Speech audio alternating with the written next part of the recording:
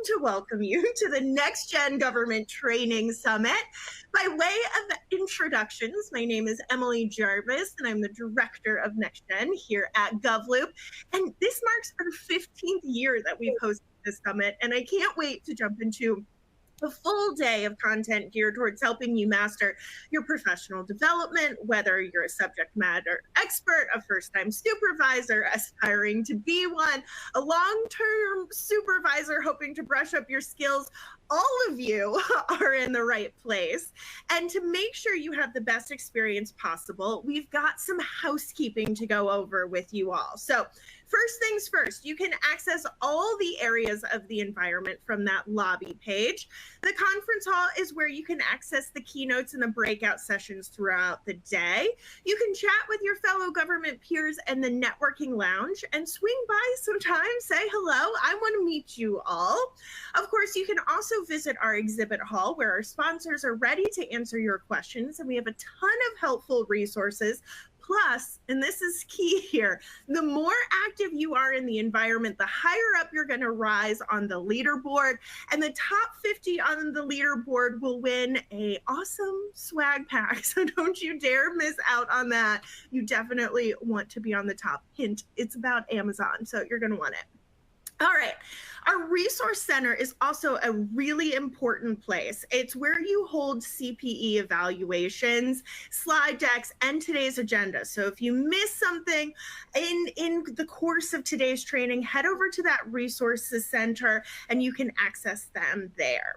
Lastly, if you have any questions on the environment or the content, go to the help desk and my colleagues Leah and Karina will be able to assist you, and they are ready and willing. So don't hold back on asking a question. Now, I have a few more housekeeping items, and these are about the keynote that we're in right now. First things first, if you're on Twitter or X or whatever the heck they're calling that social media platform, tweet alongside us using the hashtag NextGenGov. We want to hear your takeaways. We also have some additional resources right here to download on the right-hand side of your console, so make sure you check those out.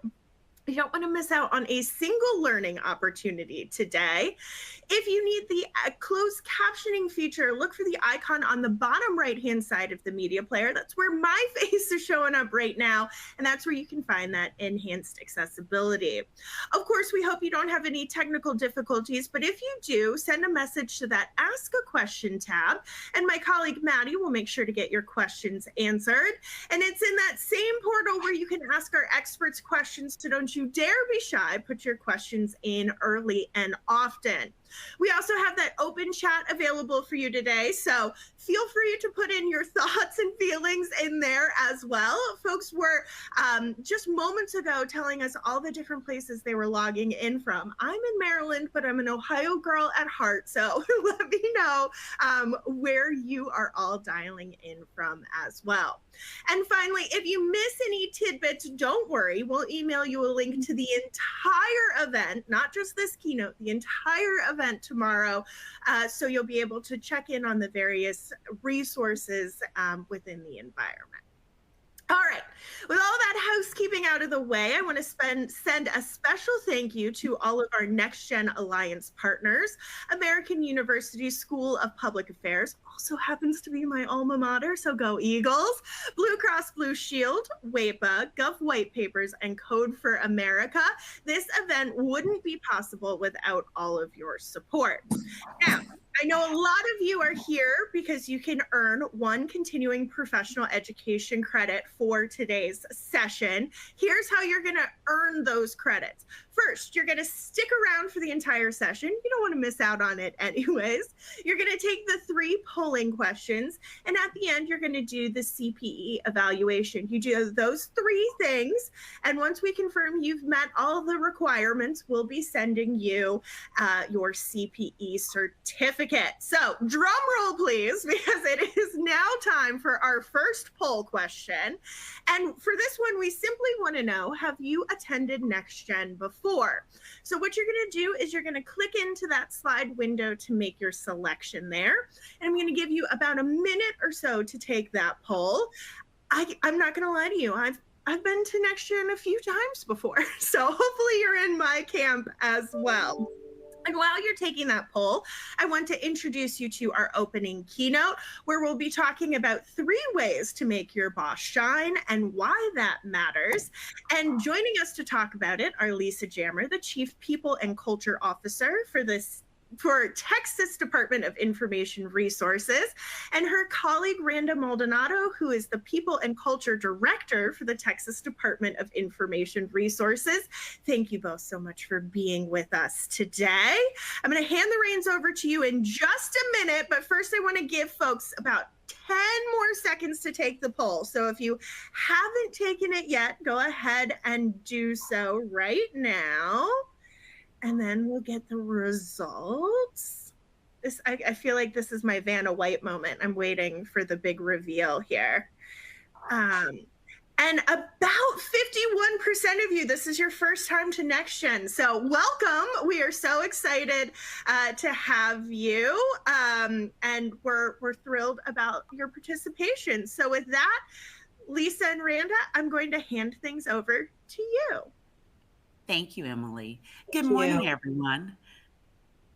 Good morning, everyone. Welcome to GovLoop's biannual conference, professional development conference. My name is Lisa Jammer, and I bring you greetings from beautiful Austin, Texas, the live music capital of the world and the state capital of Texas. We all know that everything is bigger in Texas, or so we say. So you are in for a treat today. Randa and I are pleased to kick off with a very important topic. Today, we'll be providing you with the basis for the importance of helping your manager shine.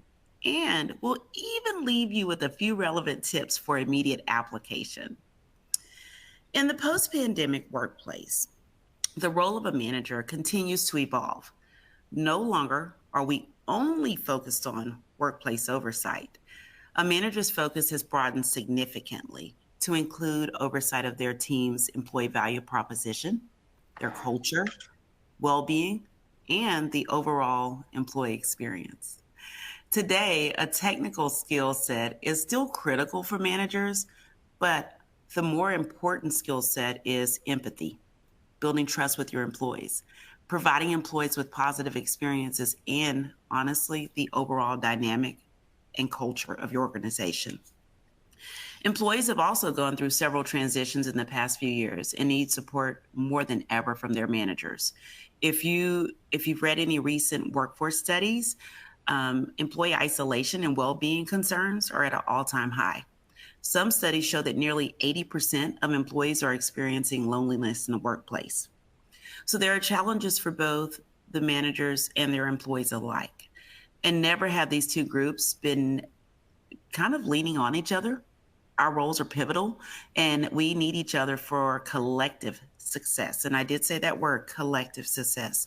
Our ability to shine in the workplace really does lean on how we are able to connect and work very closely together. So success for both a manager and their employees can be found in their ability to collaborate effectively and partner for their success. Your manager's reputation can have a direct impact on you, and your reputation can absolutely have an impact on your manager, whether positively or negatively. Manager-employee relationships are key.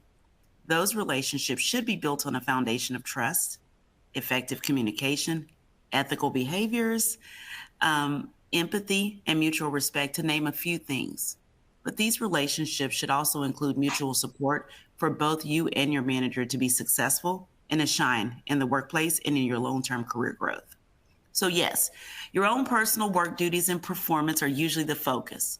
But let's go a step further.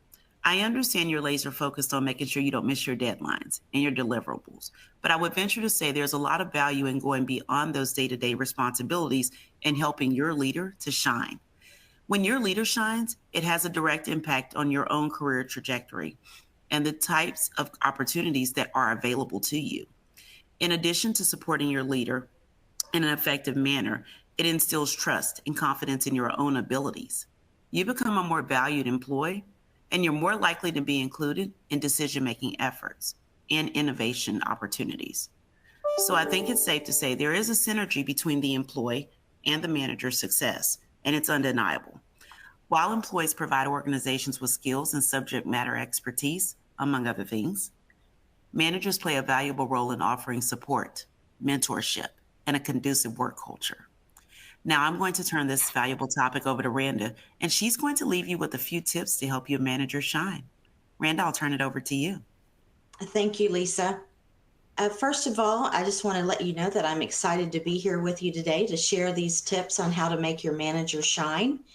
I'd like to share a little bit about my story with managers. I have had the opportunity to usher in 2 new HR directors in my time at the Department of Information Resources and help them get acclimated and settled into their positions. So let's discuss some of these tips to make your manager shine. First of all, the first tip is to manage up. Managing up is not supervising your leader, and it's not going over their heads or being insubordinate. And it's not looking for opportunities to judge their every move, including their missteps and mistakes. Instead of managing up, it involves increasing your awareness of your own work and how that work affects your team, your department, your division, and the overall organization. By understanding the goals and priorities that are important to your leader and their leadership team. When everyone on the team is aligned with goals and priorities and expectations are clear, the work gets done faster, more effectively, and within the required time frame. So my second tip involves development and cultivating a productive work relationship with your manager. Managers are often tasked with their own duties in addition to managing a team. I don't believe there's any manager now in the workforce that sits and does nothing but manage and direct the activities of other people. They are also doing their own work. They are working managers. Managers, you can assist them by anticipating the needs of the department and what needs to be done before being asked, reminding them regarding project deadlines and important meetings, and volunteer to take on new tasks to lighten their workload. This will enable them to focus on larger projects that make the entire department shine. While people exhibit strong leaderships in the workplace, that may not always equate to being a good manager.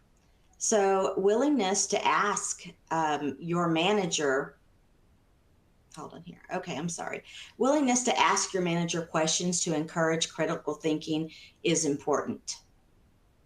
My third tip is focused on new managers who promote into a position or join the organization as a new hire, and identify strategies to collaborate and help set them up for success. Everyone wants to feel welcomed at their new job, including new managers. A new manager's first impression of their organization can have a lasting effect. So ensuring a positive and effective onboarding experience is crucial to a smooth transition into their role. So let's talk about what happens before day one. I call it pre-boarding. Contact your new manager and gain insights into their needs of office setup and their first week at work. Ensure their office is set up and clean and comfortable. Even order new furniture if needed. And also ensure that they have appropriate technology to do their job, including software, hardware, and electronic files. And if your company allows it, provide them with as much information as possible about the company and your department. Share policies and procedures with them. Maybe survey information on the workforce and reports. Provide them with a copy of your organization chart and update them on any existing projects that are going on in the department. And share accomplishments of their new team. What has your team accomplished? And let them know that you're already shining. And remember that everything is new to them. Be supportive and be patient as they learn. A lot of people that get into management roles, they don't come already trained. So be patient and help them along that process of learning. And be open to new ideas. but be ready to explain what hasn't worked in the past and why. And be a partner in change. There's nothing worse than an employee that sets out to sabotage their new manager. Don't let them be blindsided or ambushed. Help them prepare for first-time meetings, inform them of key players or stakeholders, and most of all, look for opportunities to assist them with anticipating problems and actively working to prevent them. So to wrap up, I hope you are walking away with some relevant tips to help your manager shine, and we appreciate your time today. And we'll turn it back over to Emily for the next session. Wonderful. Well, thank you, ladies, so much for providing such useful tidbits to get us started. I always tell our speakers here at NextGen that our audience wants tangible takeaways that they can actually kind of use as they move throughout their time here. So I really appreciate you all kicking us off today. But the great content, well, it's not over in the slightest, because up next we've got a wonderful session where we're going to be talking about finding purpose and meaning and how different roles can guide your career. And joining us to share her perspective is Dr. Jen Hawkins, who's the Senior Advisor for DEIA Policy at the Peace Corps. Jen, thank you so much for being with us today. Absolutely. Thank you, Emily. And I have to say, Texas is really in the house. I am a native Bostonite, so we're just going to keep this Texas love going as far as I'm concerned. So good morning to all of you, and potentially good afternoon and good evening to anyone who may have joined from outside the U.S. As you can see, I work for the Peace Corps, which is an international agency, and so we are accustomed to having folks join from all over the globe. I am absolutely and beyond excited to be here to talk about finding purpose and meaning in your career. For those of us who are fundamentalists in the way that we think about public service or civil service, purpose and meaning both go to the heart of what we do every day. So despite what others may think or say, we strive every day to be of service to those who rely on the products and services of our respected government agencies. And that's at the local, state, and federal levels. But when you're in the trenches, right? When you are filling out performance evaluations and writing up a report and doing some more of the mundane but necessary tasks, that purpose, that meaning can get lost. It can get lost in the sauce, right? But in those first years of your public service career, even up to that first 10 years, it can be challenging to find your footing and to make it make sense. It would be much easier if we just had a crystal ball and knew exactly where we were.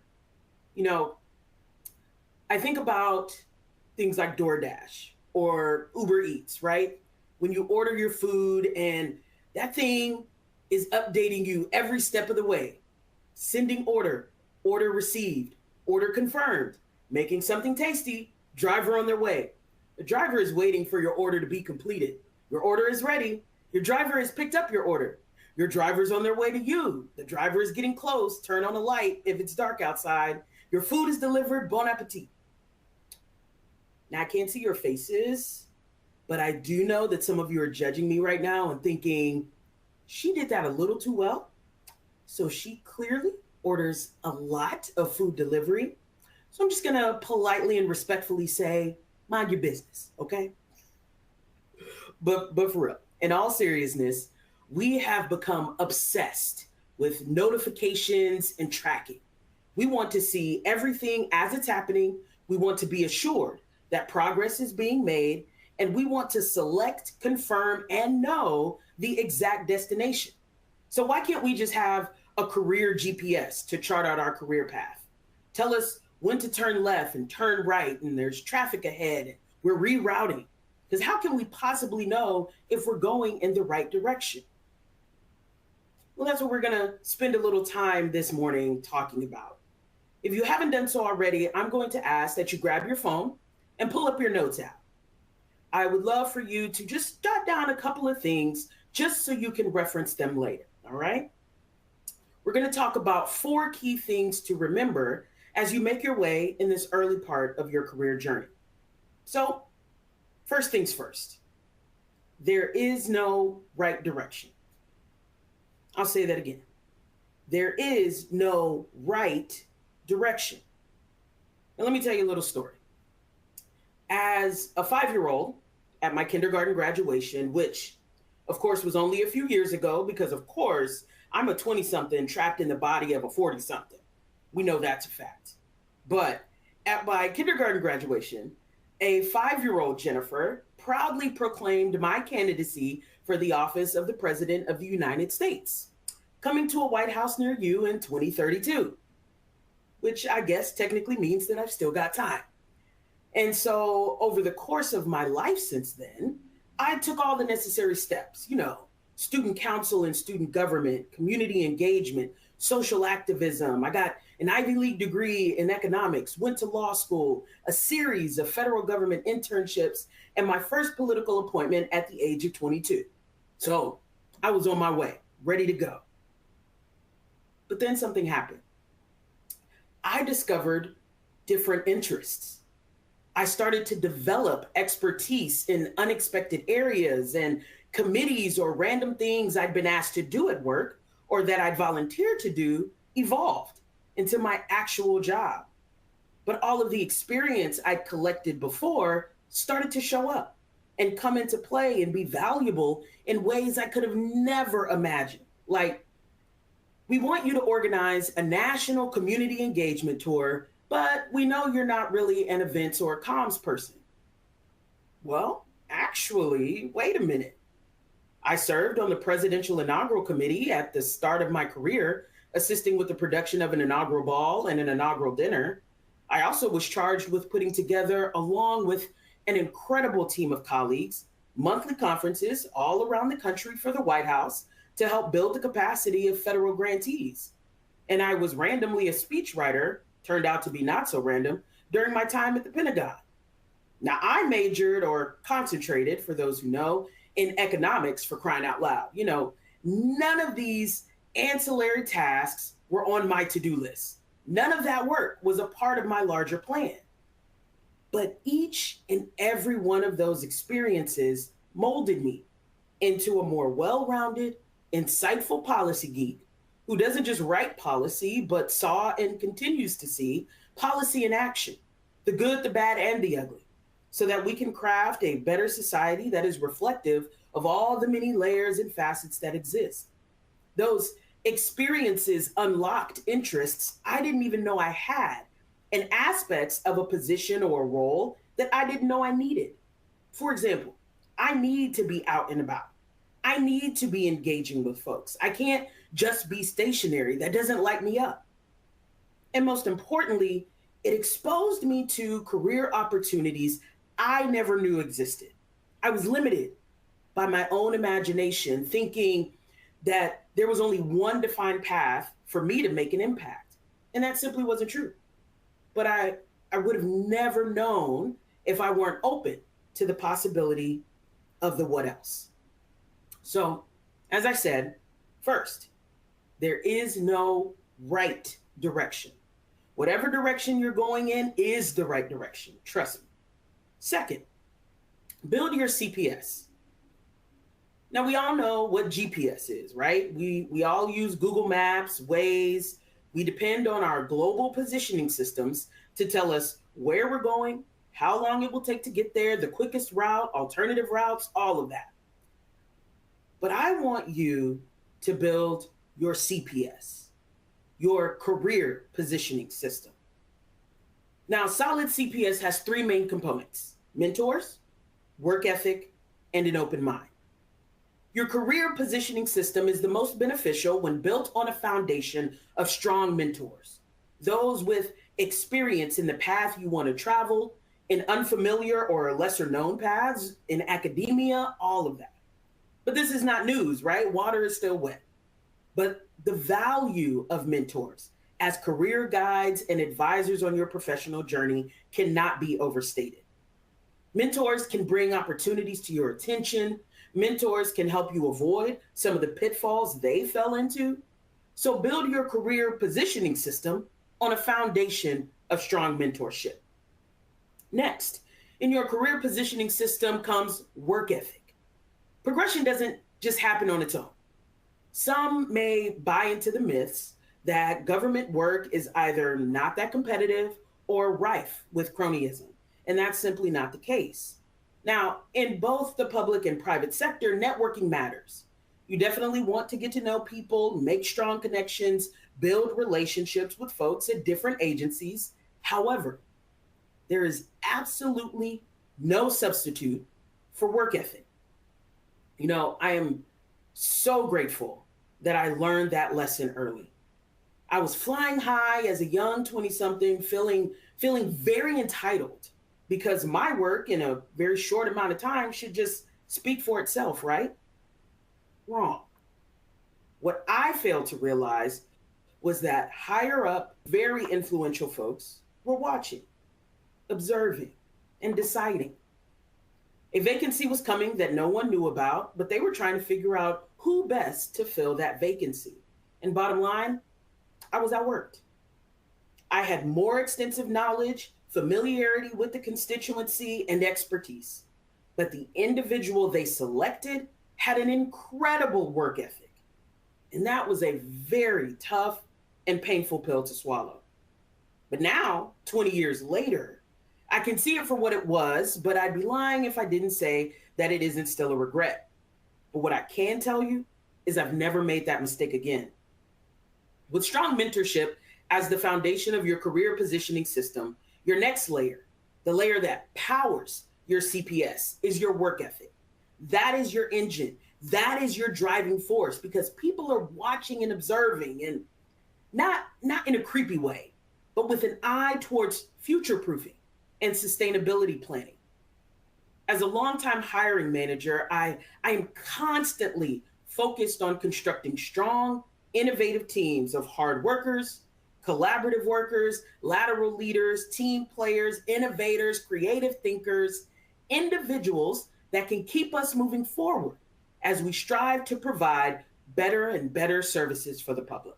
So, hiring managers are observant.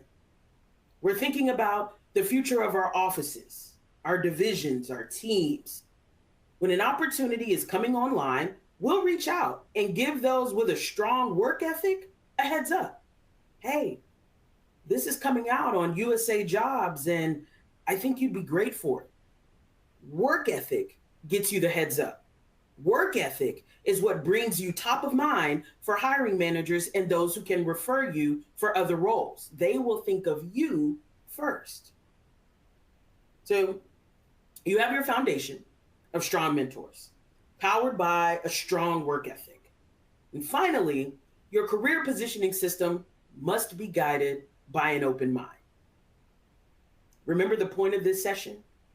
How different roles can guide your career? That requires an open mind. When you open Google Maps or Waze or any GPS system, the first thing you see is simply a map. No destination, no route, just a map. At that point, before you enter anything into the search bar, before you put in a destination, you just have a map. It's an open road. The world is quite literally your oyster. You can go anywhere. So keep an open mind. Be open to the possibility of learning, of experiencing, of receiving an unexpected gift from taking on something that will stretch you, that will take you outside of your comfort zone, but that will expose you to new things. Now, at this stage in your career, you're likely still getting a lay of the land, because every office, every agency, every organizational culture is different. So your career positioning system may take you on a bit of a journey, the scenic route, if you will. But each stop along the way will unlock another level of understanding, another level of knowledge, so that you can take with you that information and apply it to addressing new challenges that are yet unforeseen. Many of the challenges that we are trying to solve are new in the sense that we haven't encountered them in their present form in the present time. But also, they are not new in the sense that more likely than not, we've seen them before in a different form, in a different time. So this is where keeping an open mind comes into play, because when you're working on a project or an initiative and you run into obstacles and barriers, and of course, every project and initiative runs into obstacles and barriers, it may be unexpected or new, but you'll rely not only on your colleagues, but on those prior experiences that gave you the necessary tools to devise a strategy and move through every aspect of the obstacle thoughtfully and with intentionality. So let's recap what we've discussed. Do you remember the first thing? There's no right direction. There is no right direction. Embrace the journey and all the lessons it holds. And what came next? Build your CPS, your career positioning system. And there are 3 components that must go into your career positioning system. Strong mentors as your foundation. Don't try to reinvent the wheel. Talk to the folks who have already been where you are. The power of your career positioning system lies in your work ethic, so make sure that's strong and tight. And lastly, an open mind. Remove the blinders about what you think you know and embrace the possibilities of the unknown or not completely know. So now, because I can hear you, now you're saying, but Doc, I still need to have an idea of where I'm going. And I don't want my career pathway to look disjointed and chaotic. You're absolutely right. And that brings us to lessons 3 and 4. Search for the connective tissue and discernment. Connective tissue and discernment. So on the connective tissue, what you're looking for are the patterns. If I say 1, 2, and then I ask you to tell me the pattern, you couldn't. There are possibilities. It could be +1, it could be ×2, you don't know. There aren't enough data points for you to say what the pattern is. But if I say 1, 2, 4, 8, 16, 32, now you can give me the pattern. But it took a few more numbers, a few more stops along your journey for you to identify the pattern. And that pattern, the projects you gravitate toward, the skills that get stronger and stronger, the subject matter expertise that you begin to develop, that's your connective tissue. So when a hiring manager is looking at your resume and they see a diverse array of experience that may seem all over the map, they will often ask you about your career journey and why it may seem like a winding road. So know yourself, articulate your journey, have that narrative that succinctly explains the connective tissue between your various experiences and why that makes you an ideal candidate for the role. Don't shy away from experiences because you don't think it won't fit into your neat little cookie cutter view of where you think you want to be. You want to embrace the exploratory part of the journey, because 15, 20, 25 years in, you will be so appreciative. You will thank your younger self and be about being brave enough to step out there and give it a shot. But related to that connective tissue is discernment. Discernment is your ability to smartly judge something, an opportunity, an experience, anything. And as you go on your journey, your ability to discern valuable experiences from energy suckers will get better and stronger. You'll know the red flags when you see them. You'll know what absolutely you don't like and don't find edifying. As time goes on, you'll be more discerning about the opportunities that are presented to you and what is and isn't for you. But at this stage in your career, be open. Know that there is no right direction. build a strong career positioning system, search for that connective tissue so you can tell your story, so that you have that compelling narrative of your journey, and develop that sense of discernment.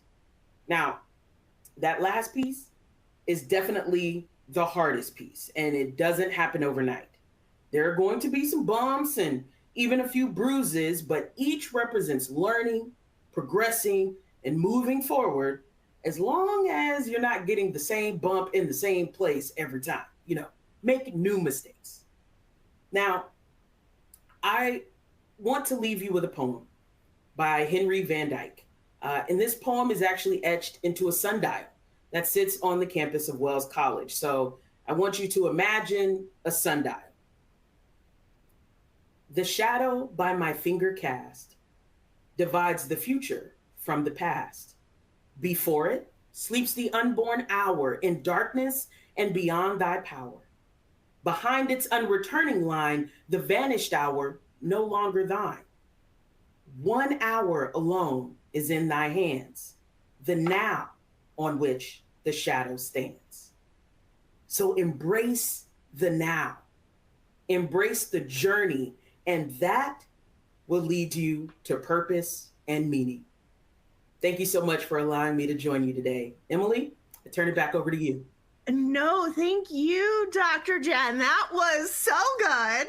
I have so many things I'm thinking about over here, but I did see one comment that someone put in that they said, I have a GPS, but I often take a lot of wrong turns. And I think that is perfect. It's a perfect example. Yeah. My mom always used to say, if you always know where you're going, you never know what you might have missed.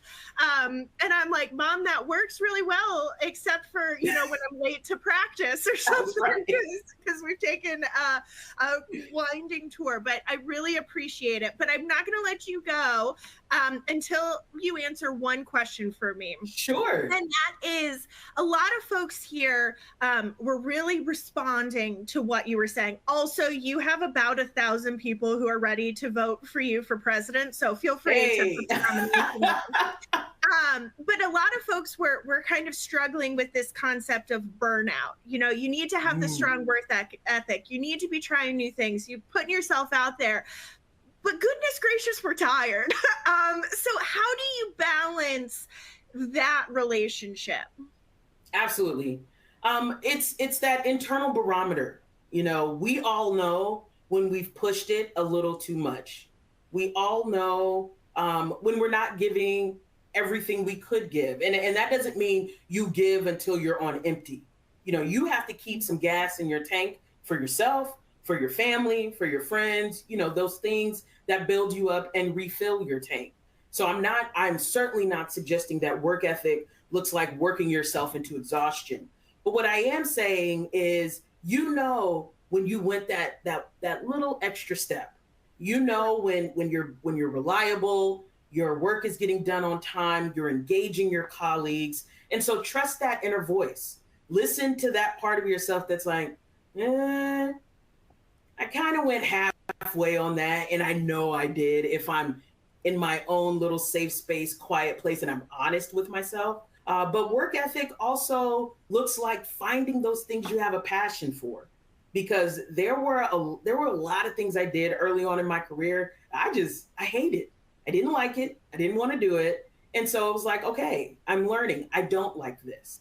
And then when you find the things that you really enjoy, you find yourself not feeling so stressed about it. You find yourself enjoying the work and committing to it and having the energy to do it. We get energy depleted when we're doing something that we really don't want to do.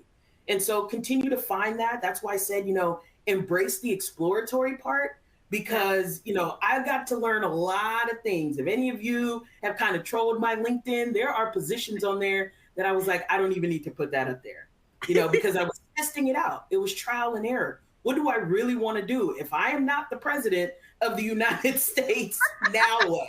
So, you just have to figure it out, but keep having fun with it. Enjoy the ride, and then you'll find it. You will. Well, thank you so much. We are giving you a virtual round of applause. And I think you've got a bunch of converts coming over to the Peace Corps. So thank you so much. Come on, anytime.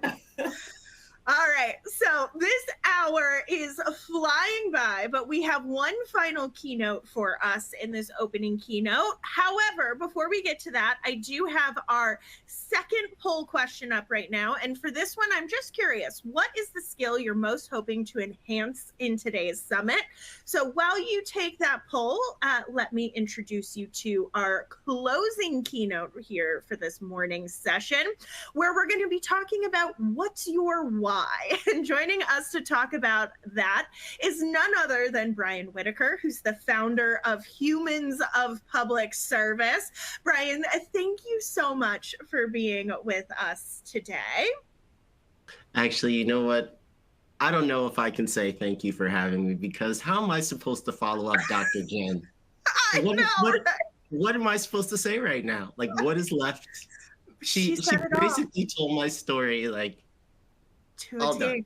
Well, we're still gonna have you share here a little bit, but because we're not letting you off the hook. But let's get the results of the poll first. And topping the list in what is the skill you're most hoping to enhance at today's summit is communication, which I can't say I'm that surprised about. So many things come back to communication, but a close second here is management. So we have a ton of sessions headed your way. So you guys are all in store for those. But Brian, before we get into the conversation of your why, tell me a little bit about what Humans of Public Service is, and what you all are highlighting here. Sure. So Humans of Public Service is a 501c3 that I started in 2022, basically in response to the murder of George Floyd.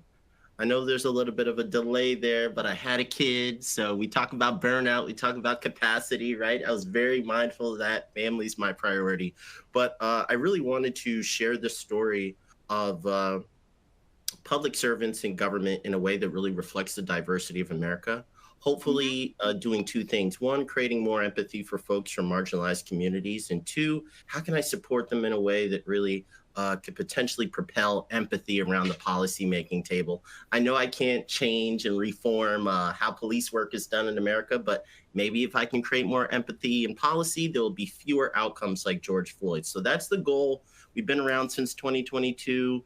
It was officially 2 years on May 2nd since our first post. We've shared over 160 stories of public servants across the government, federal, state, and local. And yeah, that's what we're about. So 200th stories coming up. We also did a little bit of video interviews. So check us out if you get a chance. Maybe I can drop the link in the chat. But yeah, that's Humans of Public Service. I love it. All right.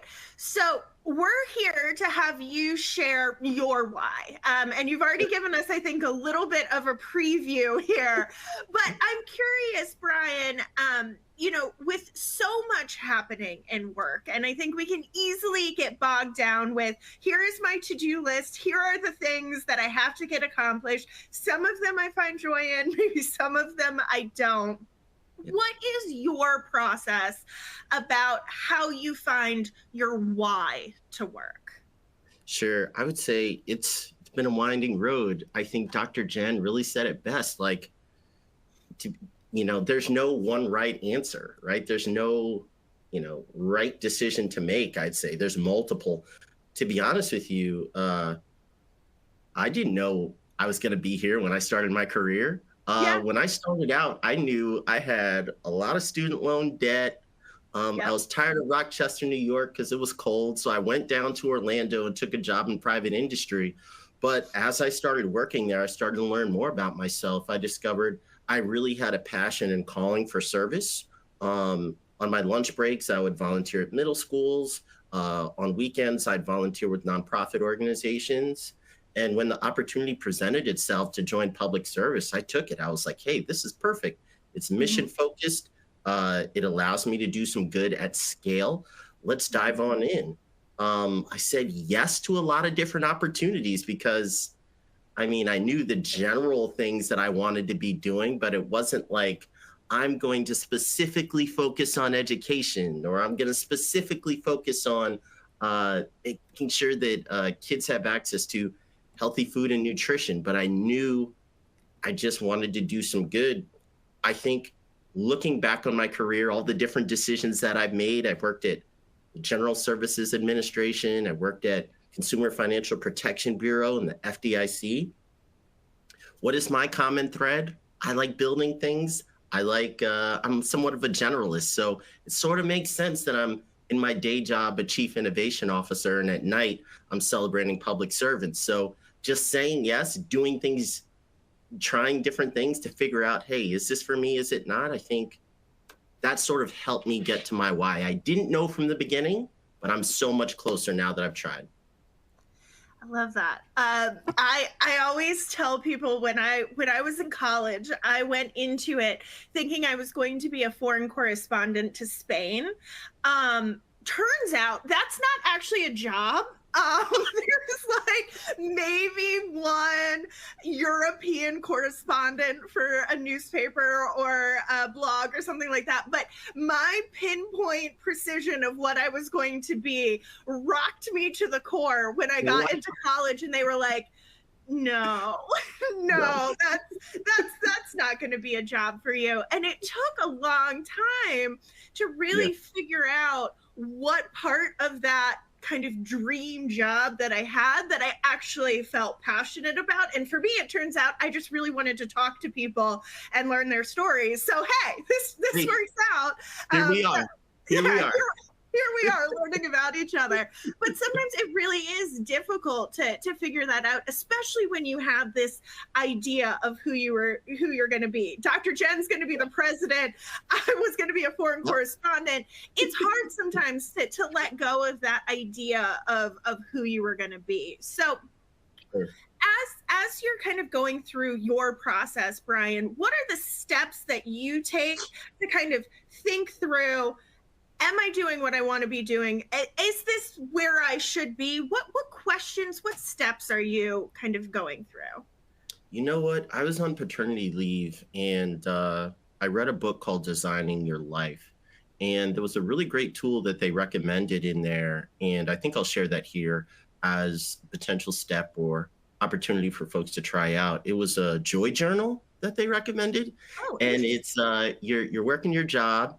And for 2 weeks, you got to have a notebook with you to sort of write down, what type of activity am I doing? And is it bringing me joy? Am I at peak joy when I'm just coaching somebody and talking through how do we get over a challenge or a risk? Am I enjoying it the most when I'm working by myself and actually digging into a spreadsheet with the best formulas and color coding? Am I really at my best when I'm reading through policy and thinking through how to make some recommendations or advising as to how we could actually execute upon this? So it's a 2-week process. You write down those moments that really bring you the most joy. And as you're trying to pivot and figure out what's next, you reflect upon that to say, hey, look, like, this is when I'm really happy. This is when I'm not so much. How do I really move my career in a direction that truly allows me to be at the utmost joy? Now, I know it isn't going to be like that all the time. And I know you can't have a 100% sort of scenario of that, but it allows you to have a different conversation and start looking at opportunities a little bit differently as to maybe this is for me and maybe this isn't. Or if you read that opportunity or that job posting in that interview, you can say, well, how much of my time would truly be spent doing A versus B? Yeah. So you know if it's truly for you or not. But I'd say for myself, I'm trying to pivot from a phrase of, let's say, work-life balance and more so work-life harmony. I think, and also pivoting from, I'm probably dating myself, but there was a song called Pursuit of Happiness that was my jam back in the day. Okay. I just don't know if like that pursuit is truly what's for me, right? Like I could take 0 risks and just remain happy all the time. But if I'm passionate about something, there's probably going to be ups and downs. Like with this nonprofit, I might win a grant, I might lose a grant. I might get a great story or I might get turned down and decline. But I know what I'm passionate about. I'm going to go for it, and I'm going to really be ready for whatever comes. And I think that also goes back to what Dr. Jen was saying, right? It's like, I'm not here to support burnout, but there are going to be times when you've got to put a little bit more effort to get what you want. And then there's going to be other times where things are a little bit slower. So making sure that you know when to give that extra push and know when to sort of take a breather is critical. Yeah. I think you're absolutely right that this concept of work-life balance isn't something that can ever truly be balanced. The teeter-totter is never going to be flat. We had a speaker one time who said, in a relationship, it equals 100%. But on some days, I can only give 20 and my partner has to give 80. And other days it flips, or sometimes we're 50-50, sometimes it's 70-30. You're never really going to be in a position, though, where every single day anyone can bring the same level of energy to their home life, to their work life. And it's all trying to figure out how to manage the realities on the ground. I love that so much. My wife and I have a little check-in. It's like, hey, how's your shield doing today? Whether your shield is high or low, you know, like who may need to step up on a given day. I think you could also apply that to your team. I've seen or heard of different scenarios where you have a team check-in and you ask your teammates to just share a number, 1 through 5. 5, you're firing on all cylinders. 1 or 2, maybe you need to check in on your employee and see how they're doing or what's up. Maybe distribute workload a little bit differently, but those check-ins are critical. Yeah. All right. So you mentioned this a few minutes ago, but not every day is going to be rainbows and sunshines, even if you're doing things that you're really passionate about and that you love. Yeah. So my question for you here is, how do you kind of balance this? The realities of the world are going to come in at some point. Your water heater is going to explode and your basement's going to be flooded, or someone's going to quit unexpectedly on your team and leave a whole lot of work on your plate. How do you know when you're just having a bad day, a bad week, a really tough month, or when you're in a position where things are just no longer bringing that joy to you? Sure. I'd say there's a couple things, or at least a couple different things that come to mind in those scenarios. I think one, having said yes to a lot of different things where I wouldn't necessarily consider myself expert or something I could do it in my sleep, and having come out on the other side fine or left that situation in a better place, there's certain confidence that comes with that. So, you take those bumps, you face those challenges, and you know that you've come out on the other side in a good situation. I think that gives you a little bit of, confidence to get through it. Like, hey, I've been through a challenge like this before, I'll manage. The other thing I'll say is, to quote exercise instructor, you got to receive light to give light. And I think truly having an understanding of what rejuvenating activities there are that really help you. Like, what is your go-to? Something I've talked to my team about when, let's say, morale is a little bit lower, we've had a setback. Can we take a meeting on a walk? Is it nice outside? Like, hey, we're not going to put on our cameras. We're just going to get outside, get some fresh air. That definitely rejuvenates me. Another thing I'd say is, even if there's maybe hard times in the place of your work, who are the other people that shine light and just give you energy? I have peers across the government, whether it's at CMS or AmeriCorps or SEC, that we have a monthly check-in, and just talking to those folks and hearing about what they're doing and how they're leading, I get fired up. So I'd say having being intentional about how you rejuvenate, knowing what works for you and scheduling those opportunities, I think is critical to getting through those tough times. It's interesting. Here at GovLoop, we now work remotely pretty much exclusively. And as you may have ascertained from just this personality, I thrive off of interacting with other people. So sometimes when we first moved into this remote work situation, I didn't really know where to recharge my energy, because I get my energy from other people. The introverts in my life can't understand how that happens, but it's true. And it was really hard for me to figure out ways to engage with folks in a way that energized me. And now that we've kind of reframed our process here, we do check-ins, we do trivia, we do a whole bunch of other things to kind of connect each other. I can't imagine going back into the office where I had to wear real pants. Like that's not fathomable. Like no pants with buttons for this girl. But I think it really does sometimes take a little bit of time to really figure out where we're headed there. So I appreciate that perspective a whole lot. All right.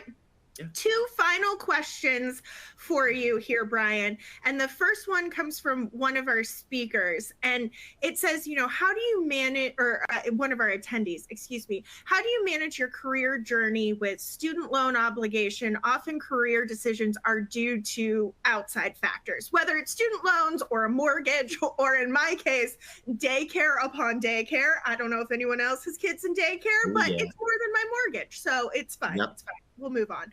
But how do you handle, I need to make a certain amount of money in order to meet my bills, but maybe those roles aren't necessarily inspiring me as much? This may not be for everybody, but this was for me. So I took a pay cut coming into government. The math wasn't mathing as much as I thought it was going to when I came over here. And sure enough, one of my best friends decided to get married, and that happened to be in Portland. I'm in Virginia, so I had to get my wife and I there. Back in the day, I used to train and compete in Taekwondo, so I got a second job. I taught little kids Taekwondo in the evenings because I wanted to do mission-focused work. I was a burnt-out consultant, and I had to get to Portland for my guy. So that is what I did until I got the promotion that I was looking for. The other thing I'd say is network to get there. There are a variety of agencies with different pay scales. Mm-hmm. If the mission works for you, or if the subject matter is aligned with something you have skills in, I'd say figure out a way to get there. And if not, I know this is GovLoop, but there's no shame in industry. I think to deliver an agency's mission, it takes a village. It's not just government. It's government, industry, nonprofit, and even sometimes academia to get there. So I'm all for people keeping a roof over their head and food on their plate. So I'd say be creative and try to find that way. Yeah. Someone wrote in the chat, success has a cost, and that cost is different for everyone. And I think that is so true. Sometimes we were talking about that teeter-totter. Sometimes there are things that are going to come before kind of 100% career fulfillment, but hopefully there are avenues, whether it's volunteer opportunities or kind of different community groups or things like that, that you could join to help feed that in the process. All right, Brian, final question for you.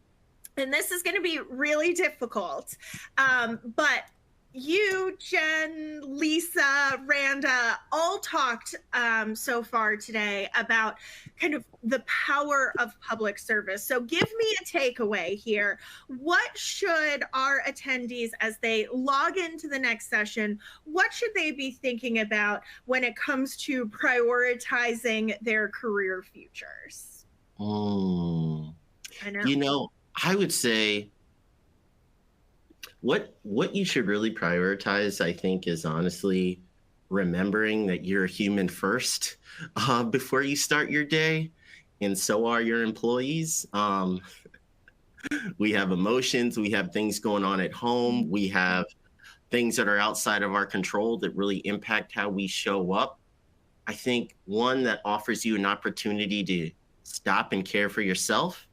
I think that also gives you an opportunity to stop and think about the person on the other side of that screen or the other side of that table that may not be showing up in the collaborative way that you want, and understand that, hey, look, there could be something deeper here. Like, let me get to know that person and sort of understand where they may or may not be coming from beyond just this work that's in front of them. So I'd say, just take a moment, take a breath, realize you're a person and the people that you're working with are too, and try to lead and collaborate with empathy as much as possible. I love that. And it seems so obvious, but we forget we're people so very quickly. So I think that is always such an important remembrance for us to have. So thank you so much, Brian, for sharing your wisdom with us today. Before you all log off, though, I do have your third and final poll question up right now. We want to know, what is your experience level in government? And now, before you answer this poll, it's split into two chunks. The first chunk is the GS level for our federal friends, and then the bottom answers are for years of experience for our state and local friends. So both here are options, but make sure you're selecting kind of the right one as you make those selections.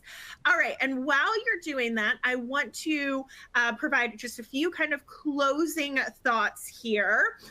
Don't forget to fill out your CPE evaluation. That's how you're going to get the credit. So make sure you are doing that. If you don't want to do it right this very second, don't worry. You can access those in the Resource Center as well. Our next sessions start in about 15 minutes, but in the meantime, head over to the exhibit hall, check out the amazing booths. They're filled with a ton of additional information. Brian has a booth over there about humans of public service, so you definitely want to check that one out. As a reminder, the more you download in this environment, the higher up you're going to rise on the leaderboard. The top 50 people are going to get an awesome swag pack, so you're not going to want to miss out on that. And like I said a moment ago, our next round of breakout sessions are going to start in about 15 minutes. Plan to attend one of the following, and don't worry, we will have a link to the on-demand sessions that will be emailing you tomorrow. So if you want to go to one and another one at the same time, don't worry, you can pick those up tomorrow. And lastly, I just want to say thank you so much to our NextGen Alliance partners, because without them, NextGen wouldn't be possible. So thank you so much to our wonderful sponsors for putting on today's summit. And with that, I am going to close out this opening keynote, and I'll see you in the breakout sessions in a few minutes. Bye, everybody.